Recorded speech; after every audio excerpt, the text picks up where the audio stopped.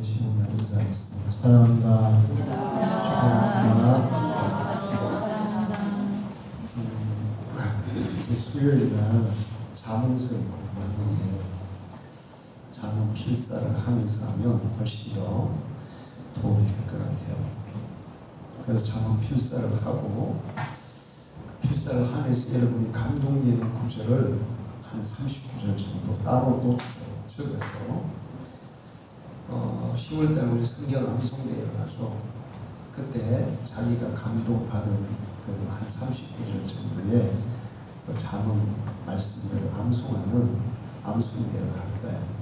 그러니까 필사를 하시고 감동되는 구절을 50개 해두고 30개 해두고 최소한 30개 이상 그렇게 따로 적어서 암송을 하시기 바랍니다. 우리가 예수를 믿고 하나님의 자녀로 사는 것이 얼마나 복된 삶인지를 알아야 돼요. 다은이가 병원에서 이제 근무를 하는데 부모님도 떨어져 있고 교회도 떨어져 있고 또 갑자기 이제 자기가 이제 독립적으로 해야 돼서 대단히 불안하고 두려운 마음이 자꾸 생긴다고. 그랬으니까 걱정하지 마라. 네가 혹시나 실수를 하거나 또 빠뜨리는 그런 부분이 생길 때는 하나님이 도와줄 거다. 그러니까 걱정하지 말고 담대하게 해라. 그리고 항상 너를 위해서 기도하는 사람들이 있다는 걸 기억하면 된다. 그랬어요. 근데 어저께 다행히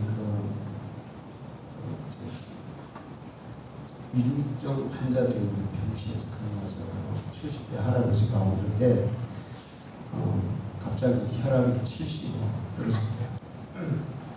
그러니까 얼마나 당황이 있어요.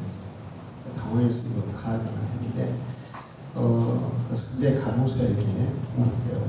어떻게 하면 좋겠냐고 그랬더니 식염수를 주사하면 된다. 그래서 이제 주사했더니 혈압이 올라가더라고요. 여러분 우리가 소금을 너무 많이 먹지 말라 그러죠. 왜 먹지 말라 그럽니까? 혈압이 올라가기 때문에 그런 거예요. 그러니까 혈압이 갑자기 떨어지면 염분을 투여하면 물론 다른 방법도 많이 있는데 혈압이 올라가는 거예요. 그래서 그렇게 조치를 해서 이제 안정을 찾았는데 다른 그 간호사가 와가지고 왜 이렇게 했냐고 아무거나 했다는 거예요. 의사한테 물어봐야지 왜 네가 이걸 처치했냐.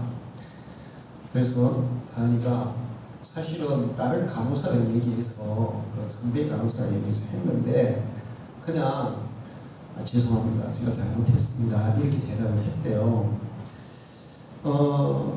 그리고 났는데 나중에 이제 자기에게 얘기해준 간호사가 다은이한테 고맙다고 네가 그렇게 지금 자기가 우중을 들을 판이고 사실은 다은이 잘못도 아닌데 그거를 다른 간호사가 얘기를 해서 했다 그러면 그 간호사가 또 혼날 것 같은데 그래서 그렇게 얘기해줘서 너무 고맙다고 그러면서 자기 스스로 이거는 다은이가 한 게 아니라 내가 한 거라고 이렇게 얘기해 줬다는 거예요. 그러면서 이제 목사님이나 또 부모님이나 성도들이 기도해 주기 때문에 순간순간 그런 대처하는 지혜가 생기는 것 같다 이런 얘기를 했어요. 제가 보면 우리가 하나님을 믿고 기도하고 살아가면 순간순간 우리가 생각지도 못한 그런 지혜로운 대처 방법이 생각이 나요. 그리고 대처하게 돼요.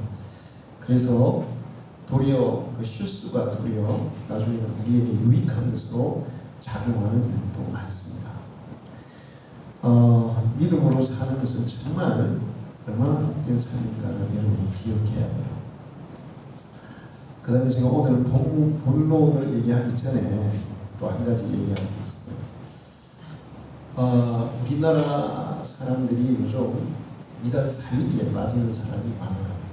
근데 우리가 이렇게 보면 어떻게 저렇게 말도 안 되는 얘기에 빠져서 자기 인생을 그렇게 그냥 완전히 막 망치는 인생을 그렇게 할까?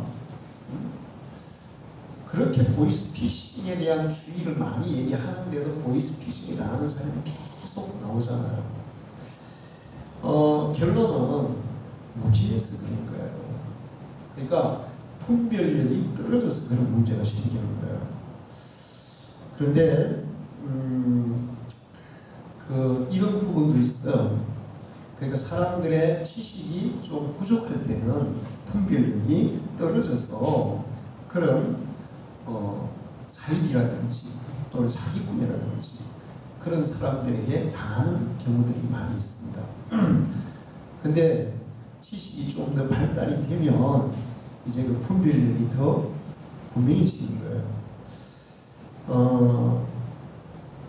지금까지도 뭐 그런 생각을 하시는 분도 있지만 과거에 이제 성녀들, 특히 아주 그 수도를 많이 한 성녀들은 죽으면 이제 화상이 나오나 뭐가 나온다 그러니까 살이 많이 나오죠. 근데 아주 그 수행을 많이 한 성녀들에게서 뭐가 더 많이 나와요? 사리가 더 많이 나와요. 그러면 이제 이 사리가 나온 걸 보고 저 사람은 굉장히 신령한 사람이다. 뭐 저 사람은 정말 도가 높은 사람이다. 이렇게 평가를 했잖아요. 근데 그걸 알아야 돼요. 우리 이 몸은 하나님께서 모든 것을 자동화 시스템으로 만들어놨어요. 모든 것이 자동화 시스템으로 만들어놨어요. 근데 그 중에 하나가 뭐냐면 우리 썰개가 있잖아요.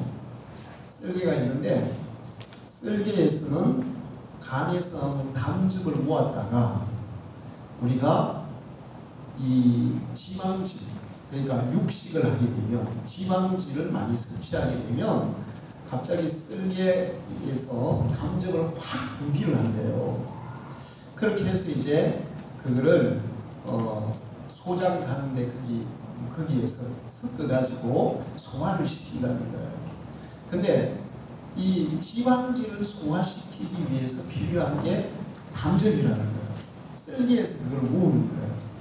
그랬다가 지방질, 특히 육식이 들어오면 이게 확 분비를 해가지고 이제 그거를 소화를 시키는데 만약에 육식을 안 하고 채식만 하게 되면 어떻게 될까요? 자, 음식을 먹으면 간에서는 담즙을 자동으로 분비하게 돼 있어요.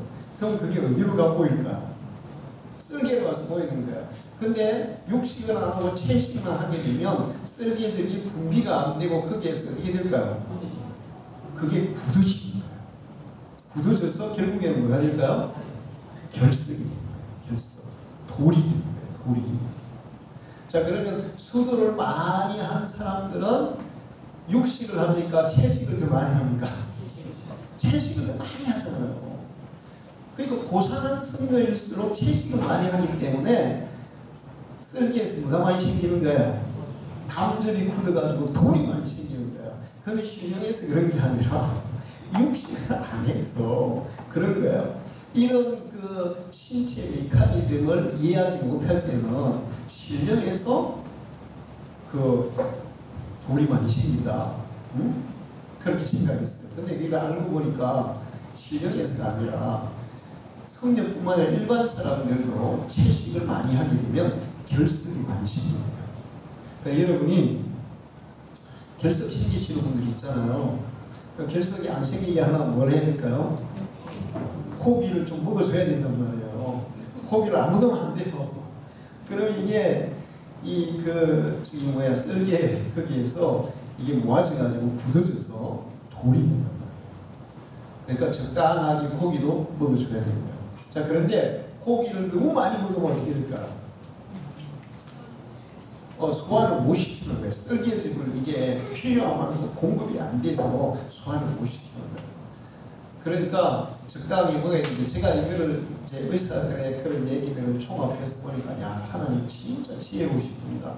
어떻게 그렇게 쓸개좀 하나까지 자동으로 오토매틱으로 고기 들어오면 딱 분비하게 하고 안 들어오면 딱 안 분비 안 하게 하고 야 너무 하나님 참 우리 몸을 신기하게 만들었다. 그래서 성경에는 하나님이 신묘막측하나이다 그래요. 할렐루야. 자 그런 것들을 기억하시고 여러분 건강관리를 잘 하시기를 축원합니다. 자기는 건강관리를 안 하면서 하나님 왜 내 건강이 나빠지게 했습니까? 이렇게 얘기하면 안 돼요. 우리가 건강관리를 하면서 기도하고 하나님을 경외할 때 하나님도 우리 건강을 더 잘 돌봐주실 줄 믿습니다. 오늘은 이것이 행복이라는 거예요. 사람들은 행복하기를 바라죠. 행복하기 바라는 사람 아무도 없어요. 세계적인 선진국 사람들도 행복하기를 바라고 또 아주 좀 미개한 나라들에 사는 사람들도 행복하기를 바라요. 인도의 어떤 부족은 외부인이 전혀 못 들어오게 한대요. 그래서 외부인이 들어가면 바로 죽여버린대요. 지금도. 얼마 전에 어떤 선교사가 선교하러 갔다가 화살에 맞아 죽었어요. 얼마 전에. 인도 정부에서 어떻게 못한대요. 그냥 그렇게 원시적으로 사는 사람들이 있는데 그런 사람도 행복하기를 원한다는 거죠. 인간은 다 행복하기를 원해요. 근데 이 세계에서 행복지수라는 것을 조사하는데 이 행복지수를 뭘로 기준을 잡아서 하냐면 GDP, 국민 총생산량, 삶의 만족도, 미래에 대한 기대, 실업률, 자부심, 희망, 사랑 이런 것들을 기초로 행복지수를 조사한다는 거예요.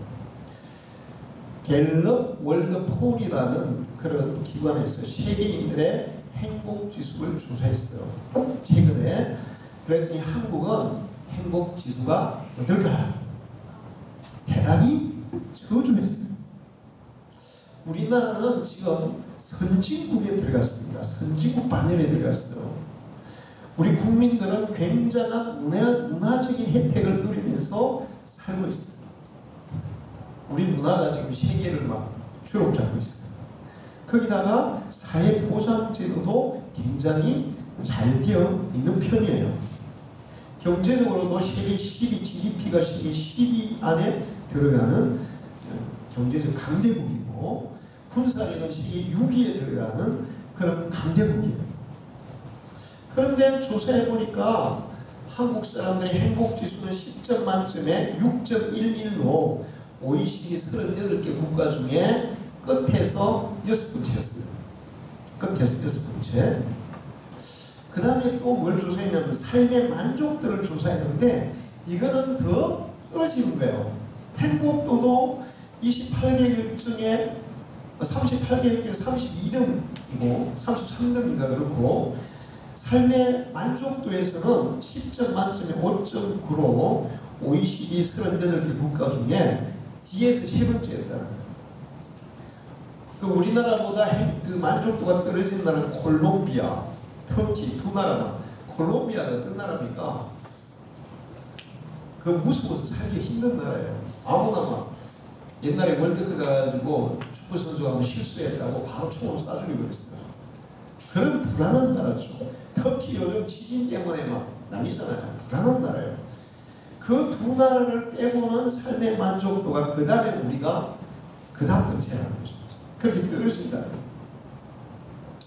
거기다가 또 뭘 조사했냐면 정말 곤란한 상황이 처했을 때 나를 도와줄 수 있는 친구나 친지가 있느냐 이런 질문을 했는데 그런 사람이 있다고 대답을 하는 사람이 18.9% 100명 중에 20명이 안 되는 거예요. 이건 역시 OECD 국가 중에 이건 앞에서 네 번째 높은 거예요. 도와줄 사람이 없다는 게 앞에서 네 번째로 높은 거예요. 그 다음에 또 시 같은 게 또 있어요. 다른 사람을 믿습니까? 하는 질문에는 32.9%만 믿는다고. 그 다음에 거의 몇 프로예요?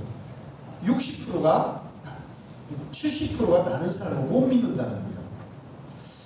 그 다른 나라에 비해서 굉장히 이 다른 사람에 대한 신뢰도가 떨어지는 그런 나라가 우리나라고, 그 다음에 이 행정부, 정부에 대한 신뢰도. 오늘 우리 청립사님 기도할 때 행정부는, 그 다음에 국회는, 또 사법부는 이렇게 구체적으로 기도했어요. 너무 감사해요. 우리도 그렇게 구체적으로 기도해요. 근데 행정부에 대한 신뢰도는 100% 중에 12.9%밖에 안 되는 거야. 이것도 거의 세계 제일 바닥이에요. 국회에 대한 신뢰도는 14.2%. 이건 역시 거의 바닥이에요.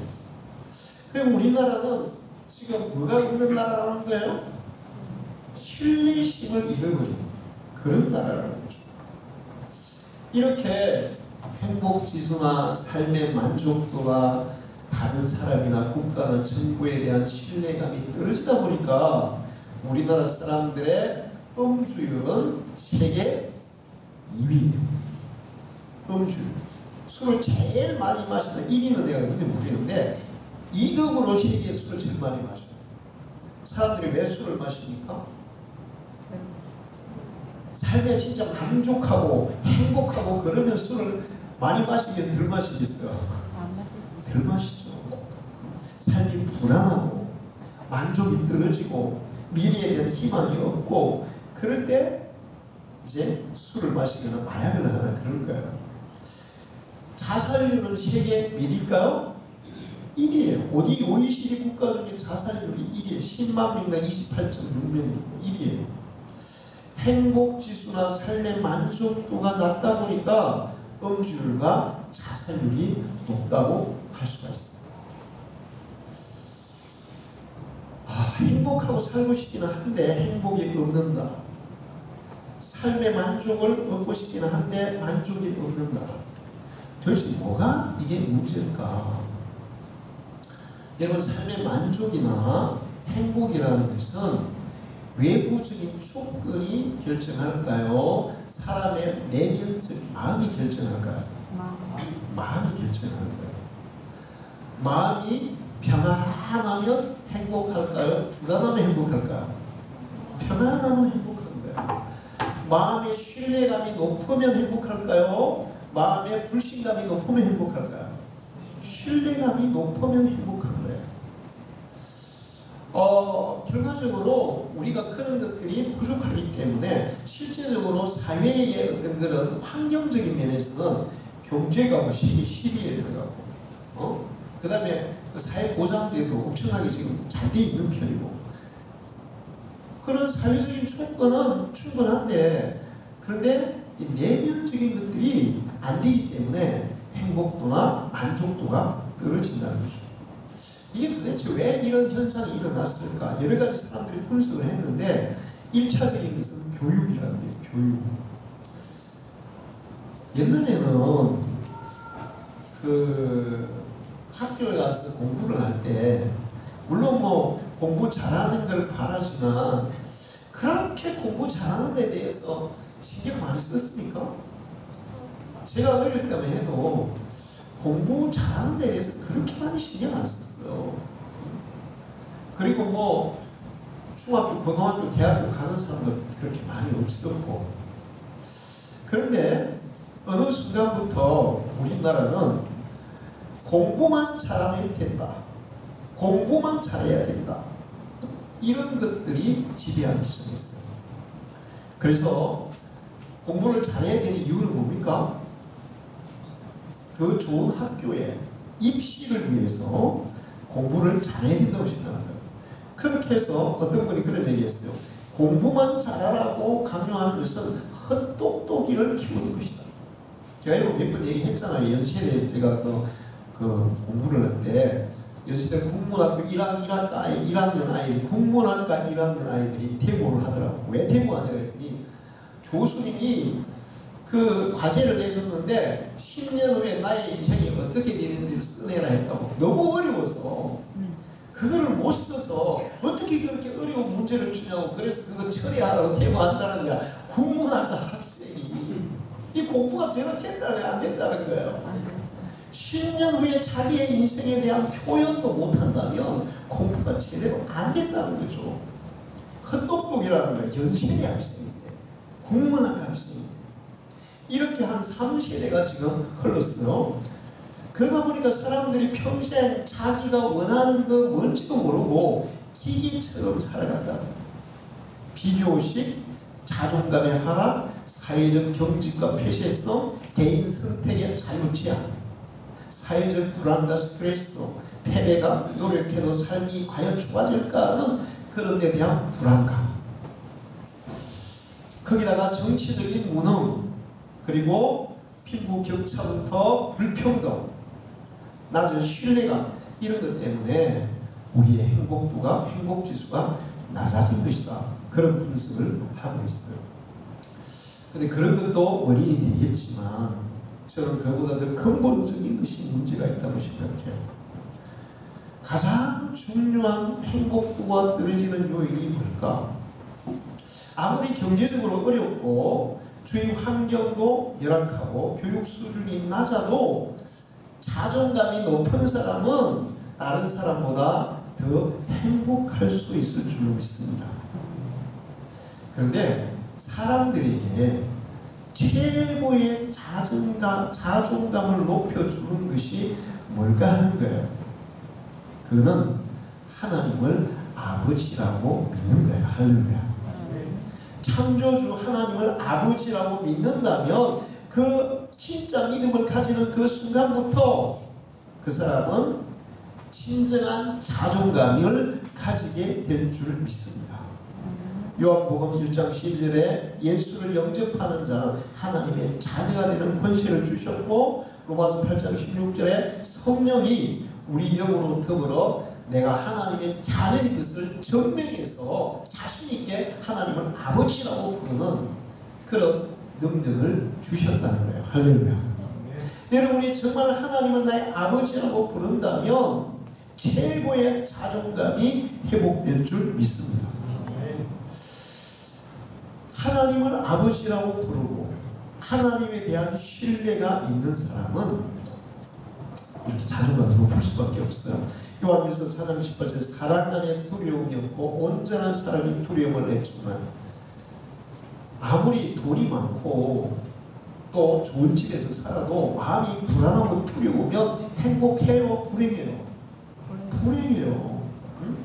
근데 마음에 두려움이 없고 마음이 편안한 상태가 유지될 때 우리는 행복을 느끼는데, 그게 언제 우리의 마음이 편안하냐? 내가 하나님의 사랑 안에 살고 있다는 것을 믿을 때. 할렐루야.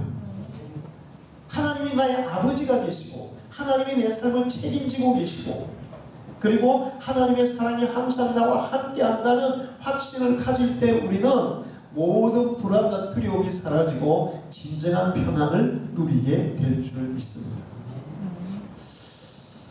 뿐만 아니라 하나님을 사랑하는 자, 하나님의 자녀들은 모든 일이 합력하여 선을 이루어 주신다는 약속의 말씀이 있어요. 지금 우리가 살다 보면 순간적으로 뭐 안 될 때가 있고 넘어질 때가 있고 꼬일 때도 있고 그래요. 그런데 하나님이 내 아버지시고 내가 하나님을 믿고 하나님의 사랑 안에 거한다면 그 모든 것들을 하나님이 다 이끌어서 결과적으로 나에게 유익하게 만들어 주신다는 거예요. 할렐루야. 그렇다면 그 믿음을 가지고 산다면 우리는 삶의 만족도가 높아지게 되어 있고 행복지수도 높아질 줄로 믿습니다. 사실 인간이 불행하게 된 그 근본 이유는 아담과 하와가 하나님을 떠나서 하나님과 멀어지는 순간부터 사람들은 불행하기 시작한 거예요. 그 불행의 원인이 뭐냐면 하나님 앞에 범죄함으로 하나님께 나가는 게 두려워지고 죄로 말미암아 그 삶 자체가 두려워졌어요. 창세기 3장 10절에 이르되 내가 동산에서 하나님의 소리를 듣고 내가 벗었으므로 두려워하여 숨었나이다. 하나님을 떠나는 순간부터 인간에게 뭐가 찾아왔다는 거예요? 두려움이 찾아왔다는 거예요. 무엇으로 두렵든지 간에 두려운 사람은 삶의 만족도가 떨어지게 되어 있고 두려운 사람의 행복도도 떨어지게 되어 있어요. 불안하고 두려운 사람은 경제적으로 넉넉해도 절대로 행복할 수가 없다는 거죠. 그 원인이 인간이 창조주 하나님으로부터 멀어지는 순간에 불안이 찾아오게 됐고 결과적으로 행복지수도 떨어지게 된다.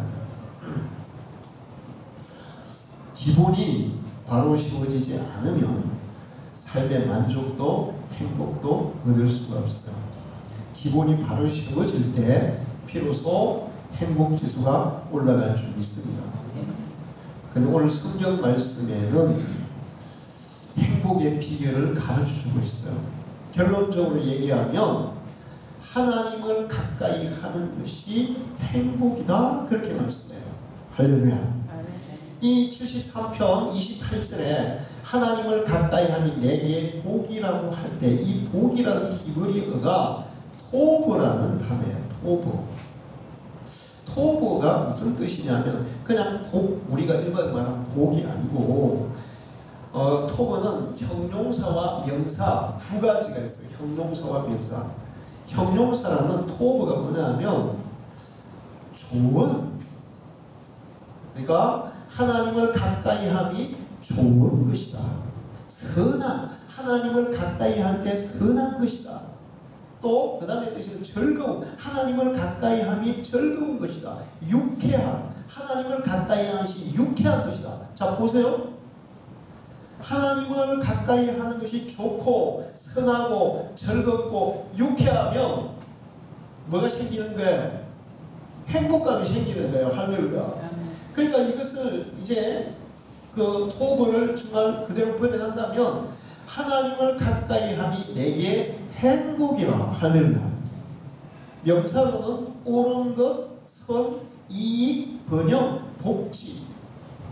하나님을 가까이 하는 것이 번영하는 것이고 하나님을 가까이 하는 것이 이익을 얻는 것이고 하나님을 가까이 하는 것이 복을 받는 것이고 하나님을 가까이 하는 것이 좋은 것이다. 자 보세요. 좋은 것, 선한 것, 번영하는 것, 복을 받는 것, 그 모든 것들이 다 들어있는 게 토브야. 하나님을 가까이 할 때 그것들이 우리에게 주어진다는 거야. 할렐루야. 그러니까 이런 것들이 다 주어지면 내면적인 것, 외면적인 것들이 다 주어져. 그러니까 그런 사람, 하나님을 가까이 하는 사람은 행복해질 수밖에 없다. 할렐루야. 그리고 성경에 보면 하나님을 가까이 한 사람들은 다 행복하게 살았어요. 하나님을 가까이 하면 가까이 할수록 더 행복했어요. 하나님을 떠난 사람들이 불행했어요. 자, 롯은 아브라함과 함께 살 때 행복했어요? 불행했어요? 행복했어요. 그런데 갑자기 막 재산이 엄청나게 불어나기 시작했어. 그래서 아브라함과 더 같이 이제 양떼를 같이 먹일 수가 없어. 너무 많이 막 재산이 늘어가지고 때로는 물질적으로 너무 부유한 것이 축복이 아니라 저주가 될 수 있다는 사실을 알아야 돼. 물질을 잘 관리할 능력이 안 되면 물질이 너무 부유한 것이 저주가 될 수 있다. 너무 부유해져서 이제는 더 이상 아브라함과 같이 살 수 없게 된 거야. 그래서 아브라함을 떠나게 됐어. 아브라함을 떠나면서 롯은 누구와도 떠나게 됩니까? 하나님도 떠나게 됩니다. 여러분 예수 믿는 사람들은 예수 잘 믿는 사람들과 더 가까이 지내야 될 줄 믿습니다. 우리 특히 젊은 친구들 예수 잘 믿는 사람들과 더 가까이 해야 돼요. 건목 자업? 이런 말이 있죠. 까마귀 노는 것에 백로야 가지 마라. 뭐가? 그 까마귀의 그 검은 것이 오염된다는 거야.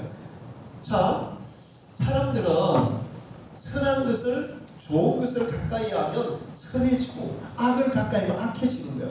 근데 롯은 하나님과 멀어지면서 어디로 가까이 갑니까?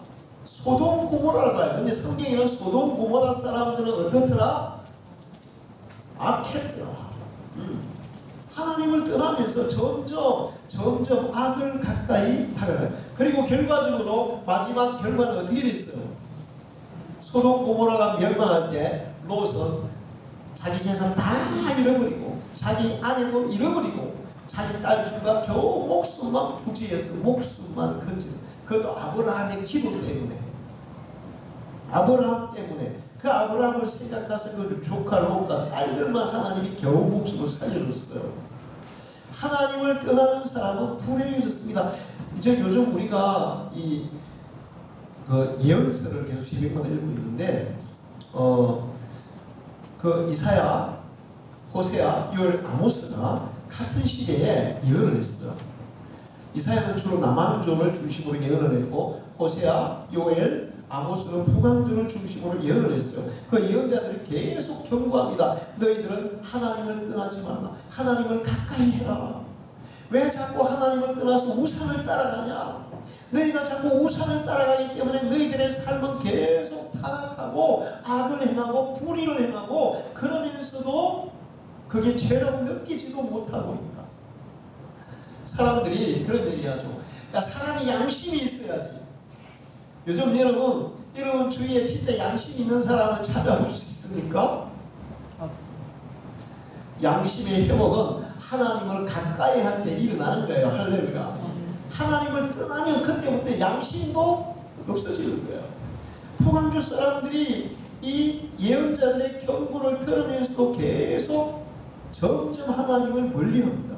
하나님을 떠납니다. 그리고 80년 지난 후에 북왕조는 아수르에 의해서 멸망을 당했습니다. 그러면서 이스라엘에 대한 혈통과 종교와 그 모든 그 자격을 다 상실하는, 그냥 이방이나 되어버리는 그런 나라가 되어버리고 말아요. 남왕조도 북왕조가 이렇게 하는 걸 보고 정신을 차리고 하나님을 잘 믿었습니다. 뭐 히스기야 왕 같은 경우는 정말 백성들을 잘 이끌어서 하나님을 믿었어요. 그런데 나중에 므낫시가 왕이 되면서 남왕조도 역시 하나님을 떠나게 되죠. 그러면서 이제 바벨론에서 멸망을 당하게 돼요. 그런데 아사왕 시대, 남왕조에 아사왕이 있었어요. 아사왕은 선지자 오뎃이 충고를 해요. 너희들 정신 차려라. 하나님을 가까이 해라.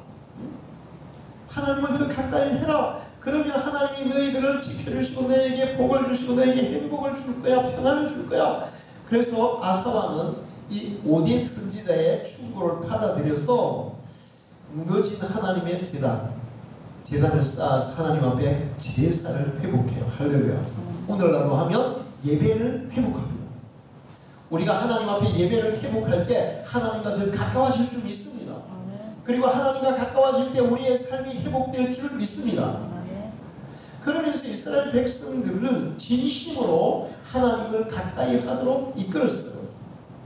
그랬더니 역대하 15장 15절에 온 유다가 이 맹세를 기뻐한지라 우리가 마음을 다하여 맹세하고 뜻을 다하여 여호와를 찾았으므로 여호와께서도 그들을 만나주시고 그들의 사방에 평안을 주셨더라. 할렐루야. 아사왕 시대에 하나님을 더 가까이 했더니 하나님이 그들을 만나주시고 그리고 그들의 사방에 평안을 주셨더라. 할렐루야. 그러면 이제 국가적으로도 어떻게 되는 거예요? 국가적으로도 행복해지는 거예요. 국민들도 행복해지는 거예요. 반면에 하나님을 외면하고 하나님을 떠난 자들은 필연적으로 불행해진다고 성경은 말씀하고 있어요. 예레미야 17장 5절에 여호와께서 이와 같이 말씀하시니라 오늘 사람을 믿으며 육신으로 그의 힘을 삼고 마음이 여호와께서 떠난 그 사람은 저주를 받을 것이라.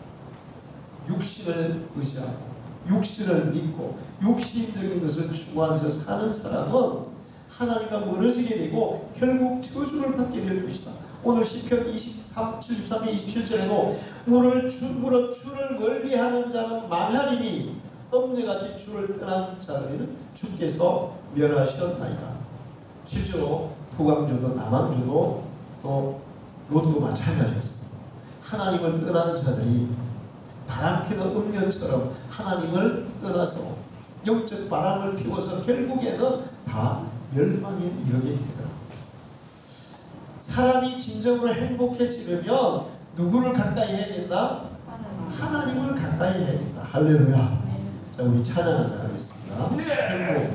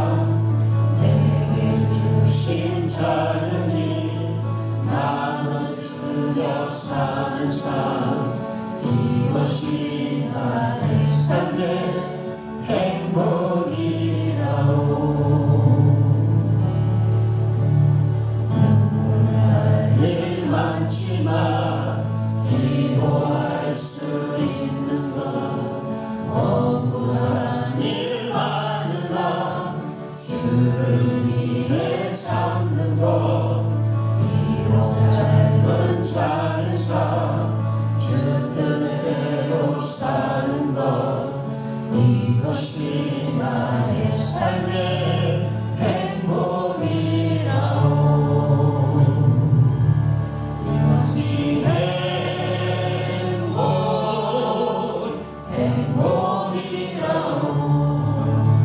세상에 알 수 없는 하나님 선물. 이것이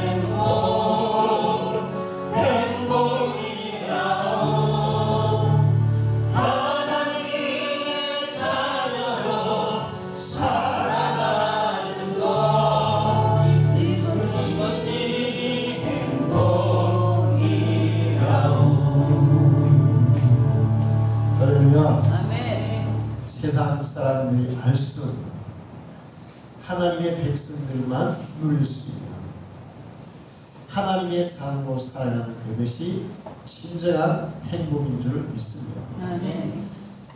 하나님을 가까이 하는 것이 행복이라고 오늘 시편 기자가 말씀하면서 왜 하나님을 가까이 하면 우리에게 행복이 찾아오냐? 거기 74편 23절에 내가 항상 주와 함께하니 주께서 내 오른손을 붙드셨나이다. 하나님과 함께하면 가까이 하면 하나님이 우리를 어떻게 하신다? 붙들어 주신다. 할렐루야. 살다 보면 외롭고 힘들고 고독할 때 있잖아요. 아까 제가 처음에 얘기했죠. 우리나라 사람들은 힘들고 어려울 때 연락하고 전화하고 의지할 대상이 있다 했어요? 없다 했어요? 없다 했어요. 그러니까 불행한 거예요. 저를 생각해봐요. 사람들이 왜 자살을 할까? 단 한 명이라도 그가 의지할 대상이 있고 단 한 명이라도 어떤 사람이 나를 필요로 한다는 그런 마음이 있다면 그 사람은 절대로 생을 포기하지 않을 줄로 믿습니다. 아무도 의지할 사람도 없고 아무도 자기를 필요로 하는 사람이 없으면 사람은 살 수 없는 거예요. 그런데 우리가 하나님을 가까이 할 때 왜 그것이 행복이냐? 하나님이 우리를 붙들어 주시기 때문에 그래요. 할렐루야. 사람들은 잘못하면 거리를 둡니까? 가까이 하려고 합니까? 거리를 둬요. 그런데 제가 경험해본 하나님은 내가 잘못했을 때도 나를 더 가까이 찾아오시는 분이더라고요. 할렐루야. 내가 실수하면 내가 넘어져도 나를 더 가까이 찾아오시는 분이더라고요. 우리가 잘되든 못되든 잘하든 못하든 상관없이 하나님 아버지는 우리를 찾아오사 우리를 붙드시고 우리를 일으켜 주십니다. 할렐루야. 변함없이 우리를 사랑하시고 변함없이 우리를 붙들어 주시고 우리가 도움을 구할 때 언제든지 우리를 도와주시는 분, 우리를 붙들어 일으켜 주시는 분, 그분이 하나님 아버지세요. 할렐루야. 시편 94편 18절에 보면 여호와여 나의 발이 미끄러진다고 말할 때 주의 인자하시니 나를 붙드셨사오며. 할렐루야. 이번에 우리 노인대학 준비를 위해서 이제 온천에 갔잖아요. 갔다 와서 사모님이 병이 났어요. 몸살이 났어요. 이제 우리 권사님들이 연로했어요. 옛날에 이제 우리 제가 아프기 전에 노인대학 할 때 그러니까 한 6년 7년 됐잖아요. 이제 그때는 지금 생각해보면 나는 진짜 순간적으로 머리가 번쩍 설 때도 있어요. 그때 우리가 왜 겁도 없이 노인들을 모시고 그렇게 온갖 쏟아냈을까? 왜 그런가 하면 우리가 마산 도심에 국화축제에 모일 때 소풍을 갔거든요. 근데 진짜 국화 그때 너무 잘해놨다. 너희들 너무 좋아했어. 근데 배를 타고 이제 이렇게 육지로 내리는 게 있잖아요. 배하고 이게 그 정박하는 약간의 틈이 있었어. 근데 할머니들은 잘 건너가더라고. 나는 할아버지들 손을 잡고 건너는데 할아버지 한 분이 손을 잡고 여기 중간에 빠져버린 거야. 아니 여기 흔들려가지고 중간에 쏙 빠진 거예요. 빠졌으면 할아버지 어떻게 되는 거예요? 그거 사람이에요. 근데 내가 손을 잡고 있었는데 순간에 확 끌어올렸어. 근데 할아버지가 연세가 많아서 굉장히 가볍더라고요. 팍 끌어내가지고 살아났어. 그런데 또 그 할아버지가 부국에 또 우리가 소풍하다 부국 온천을 모시고 갔잖아요. 그때는 하집사님도 나오고 같이 이렇게 이제 할아버지들 이렇게 하고 있는데 탕에서 갑자기 어떤 아저씨가 막 그 소리 치는 거야. 딱 보니까 이 할아버지 탕 속에서 정신 잃고 탕 물속으로 쏙 빠졌는 거야. 정신을 잃고. 그래가지고 막 또 건져내가지고 막 응급조치해가지고 살려냈잖아요. 지금 생각해보면 와 진짜 우리 겁도 없이 진짜. 근데 그때 하나님이 보호하사 한 사람도 다치지도 상하지도 않고 잘 끝냈어요. 할렐루야. 근데 이제 세월이 흘러서 우리 권사님들 연세가 이제 많아졌잖아요. 근데 이 온천에 이제 청도 온천에 갔더니 권사님들이 턱이 요만큼만 있어도 휠체어하더래. 너무 치면 이제 부러져 있어. 그래서 껴안아야 되고 이렇게 막 붙들고 그래가지고 전신이 막 뻗어나고. 그래서 이번에 확실한 교훈을 하나 받았어요. 앞으로 노인댁을 해도 온천에는 안 가야겠다. 옛날하고 다르니까 이제 연식이 많아져서 혼자들이 못 다니시는 거예요. 자, 그런데 하나님께서는 우리가 미끄러져 넘어지려고 하는 그 순간에도 우리를 탁 붙잡아서 미끄러지지 않게 하시리라. 할렐루야. 우리가 미끄러진다고 할 때 주의 인자하심이 나를 붙드셨다. 시편 91편 11절 12절에 그가 너를 위하여 그의 천사들을 명령하사 내 모든 길에서 너를 지키게 하심이라. 하나님의 천사들을 우리에게 보내서 우리의 모든 길에서 천사들이 우리를 지키게 하시고 그들이 그들의 손으로 너를 붙들어 발이 돌에 부딪히지 아니하게 하리로다. 할렐루야. 하나님께서 천사들을 보내서 우리가 가는 길에 우리를 지키게 하신다.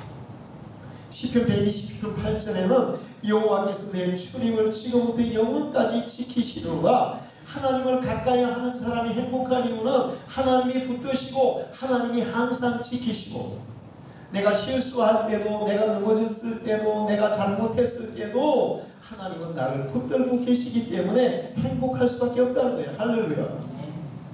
그 다음에 73편 24절에 주의 교훈으로 나를 인도하시고 후에는 영광으로 나를 영접하시리니 이거를 이제 쉬운 성경으로 이제 읽으면 이래요.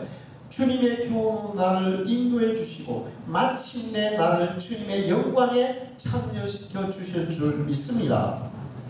하나님을 가까이 하면 하나님께서 하나님의 말씀으로 성령의 감동으로 우리를 바른 길로 인도해 주신다는 거예요. 할렐루야. 그리고 이제 우리가 그 길을 걸어가면 나중에는 하나님의 영광에 우리를 참여시켜 주신다는 거예요. 우리의 삶을 영광스럽게 만들어 주신다는 거예요. 할렐루야. 우리가 예수를 믿고 하나님을 가까이 하고 살면 영광스럽게 될 줄 믿습니다.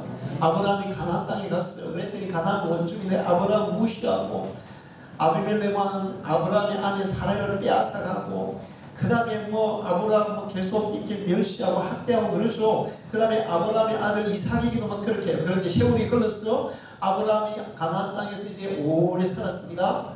살다 보니까 이제 아브라함은 점점 번성해지고 점점 부강해지고 아브라함의 집에는 이 롯이 저기 다른 나라의 침공을 받아서 포로로 잡혀갔을 때 아브라함의 318명의 군사를 그들이 와서 구출해 내잖아요. 그 집에 아브라함의 집에 318명의 군사가 있었어. 할렐루야. 그러니까 나중에 이 아비멜렉 왕이 자기 부하고 같이 장군하고 같이 살아 아브라함이 무릎을 꿇고 빌어요. 잘못했어, 우리 잘못했어요. 응? 우리 좀 잘 봐주세요. 응? 우리는 당신을 절대로 이길 수가 없어요. 응? 우리를 해치지 말아주세요. 아브라함이 사정을 해요. 하나님이 아브라함에게 영광을 주신 줄로 믿습니다. 요셉은 노예로 잡혀갔지만 에집트의 총리가 되어서 에집트 왕까지도 요셉을 존중하고 존경합니다. 그래서 차지만 낮을 뿐이지 실제로 권세는 이 요셉이 더 왕보다도 더 막강한 할렐루야. 하나님께서 하나님의 말씀으로 우리의 갈 길을 바르게 인도하시고 우리가 그 길을 걸어가면 나도 모르는 순간에 하나님이 우리를 영광의 자리로 올리신다. 할렐루야. 그러니 행복해질 수밖에 없는 거예요. 그리고 중요한 것은 행복은 외적인 조건보다 뭐가 중요하다고 그랬어요?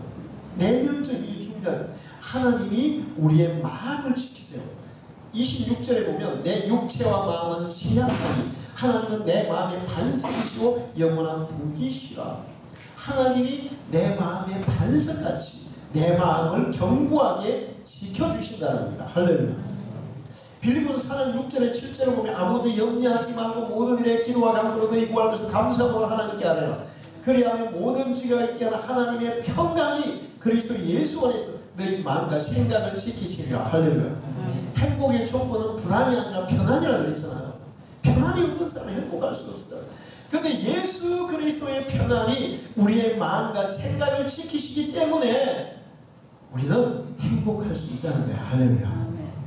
하나님이 내 마음을 지켜주세요. 그래서 불안과 염려를 사라지게 하고 하나님의 평강을, 하나님에 대한 신뢰를 높여서 우리의 마음이 평안한 상태, 담대한 상태로 그렇게 만들어 주신다는 거예요. 그리고 진정한 행복은 하나님께로부터만 온다는 사실입니다. 거기 73편 28절에도 그렇지만 신명기 3장 29절에 보면 이스라엘이요 너는 행복한 사람이로다. 여호와의 구원을 너같이 얻은 백성이 누구냐? 그는 너를 돕는 방패시오 너의 영광의 칼이시오다. 내 대적이 네게 복종하리니 네가 그들의 높은 것을 밟으리로다. 할렐루야. 이스라엘이요 하나님의 선택된 백성들이요 성도들이요 그리스도인들이요 너희는 행복한 자들이다. 하나님께서 구원의 길로 너희를 인도하시고 그리고 하나님이 너를 돕는 방패가 되시고 하나님이 너희를 보호하는 보호자가 되시고 그리고 너희들을 높은 것으로 올리시리로다. 할렐루야. 자, 여러분은 하나님을 더 가까이 하기를 축원합니다. 여러분이 얼마나 하나님과 가까운지를 점검하세요. 혹시라도 여러분이 하나님과 멀어져 있다면, 멀리 있다면 더 가까이 다가가기를 축원합니다. 오늘 25절, 26절에 하늘에는 주 위에 누가 내게 있으리요 땅에서는 주밖에 내가 사모할 리 없나이다. 하늘과 땅에서 나는 오직 하나님만 사모하나이다. 할렐루야. 여러분이 그런 사모하는 마음으로 하나님께 다가가면 하나님은 여러분을 가까이 해주실 줄로 믿습니다. 여러분 우리가 난 지금 믿음이 컸으면 좋겠어. 나는 정말 믿음이 엄청나게 크고 튼튼했으면 좋겠어. 근데 그 믿음이 그렇다고 해서 믿음이 크지는 않아요. 그런데 우리가 하나님 나는 하나님께 더 가까이 나아가고 싶어요. 하나님 나 가까이 나아갑니다. 그런 마음은 우리가 가질 수 있어요.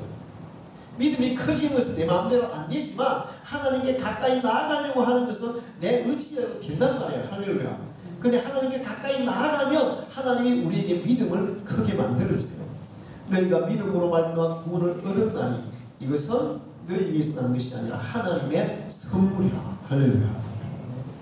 시편 144편 6절에 주를 향하여 손을 펴고 내 영혼이 마른 땅같이 주를 사모하나이다.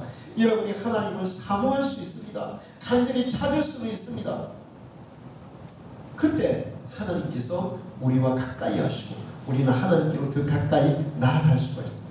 시편 41절에 하나님이여 사슴이 신의 물을 찾기에 갈급한같이 내 영혼이 주를 찾기에 갈급하나이다.